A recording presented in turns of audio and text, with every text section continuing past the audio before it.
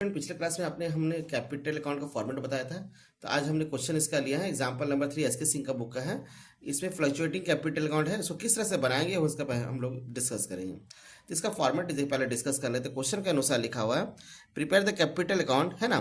Capital account बनाने पड़ा, ये फ्लक्चुएटिंग है तो इसमें हमको करंट अकाउंट बनाने का दरकार नहीं है, जरूरत नहीं है। अब इसका फॉर्मेट इस तरह से बात करते हैं हम लोग।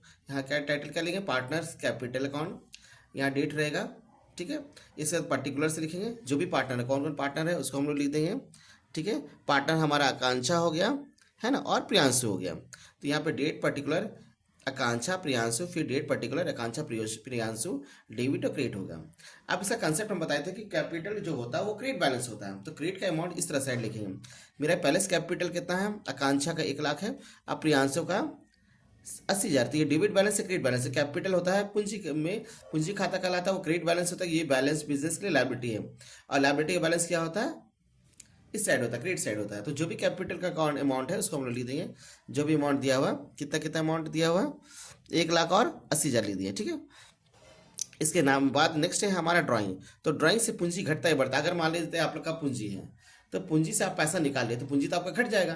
तो पूंजी घट जाएगा तो टू ड्राइंग इस साइड लिखेंगे, फॉर्मेट के अनुसार आप देख लीजिएगा, ठीक है। तो अगर पूंजी, इसका समझने के सेंस, अगर पूंजी बढ़ रहा है तो क्रेडिट साइड लिखेंगे। पार्टनर का अगर पूंजी बढ़ रहा है, कैपिटल बढ़ रहा है, तो हम लोग क्रेडिट साइड लिखेंगे।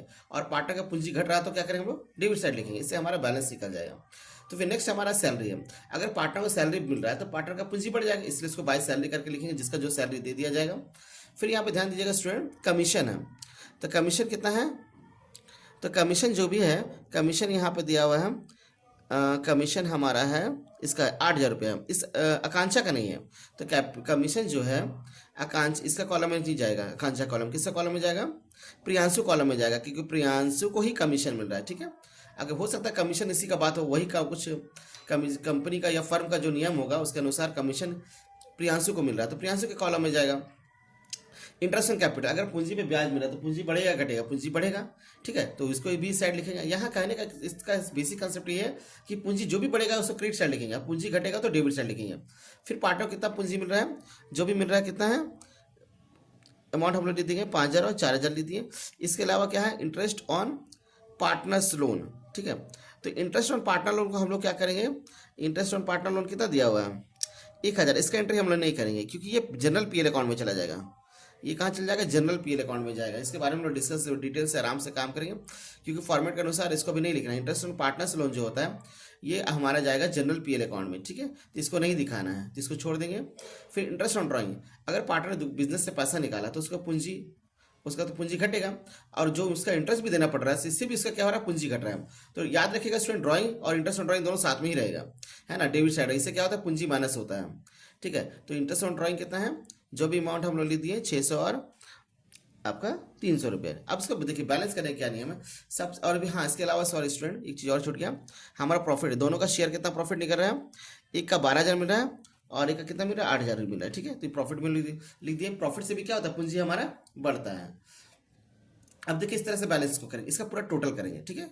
ये जो भी टोटल है इसको यहाँ लिख दिए, इसका भी जो टोटल यहाँ लिख दिए, ठीक है। अब यही टोटल दोनों को यहाँ लिख देंगे। ये जो टोटल है स्टूडेंट, इस दोनों का, कांक्षा और प्रियांशु का, ये जो टोटल है इसको हम लोग यहाँ पे लिख देंगे, ठीक है, जो भी अमाउंट है, ठीक है। अब ये जो टोटल है इसको यहाँ लिख दिए। अब हम लोग क्या करेंगे, ड्राइंग हो गया, इंटरेस्ट ऑन ड्राइंग हो गया, ठीक है। ये दोनों जोड़ के इससे माइनस कर देंगे तो हमारा बैलेंस निकल जाएगा। फिर से बता रहे हैं, ये जो टोटल इसको यहाँ लिख दिए, और ये दोनों का टोटल को इससे माइनस कर देंगे तो हमारा ये निकल जाएगा, ठीक है। हमारे ये टोटल कितना है, 1,29,000 है, ठीक है। अब इसमें जोड़ने से 10,000 कितना है हमारा, 600 है। इसको माइनस कर दे तो हमारा बैलेंस कितना आ जाएगा, 1,18,400। सेम केस इसको यहाँ लिख दिए, ठीक है। अब ये दोनों जोड़ दिए 6,300। इसमें से इस अमाउंट से 6,300 को माइनस कर देंगे तो हमारा ये बैलेंस आ जाएगा। फिर बैलेंस और सीडी को हम लोग क्या कर लेंगे, बीडी कर देंगे। तो ये हमारा हो गया पार्टनर्स का capital account in case fluctuating capital में, ठीक है। कैपिटल अकाउंट ये हमारा कैसे, इसके बाद हम नेक्स्ट वीडियो में हमारा फिक्स कैपिटल भी डिस्कस करेंगे, क्योंकि उसमें कैपिटल अकाउंट भी बनाना पड़ता है, करंट अकाउंट भी बनाना पड़ता है।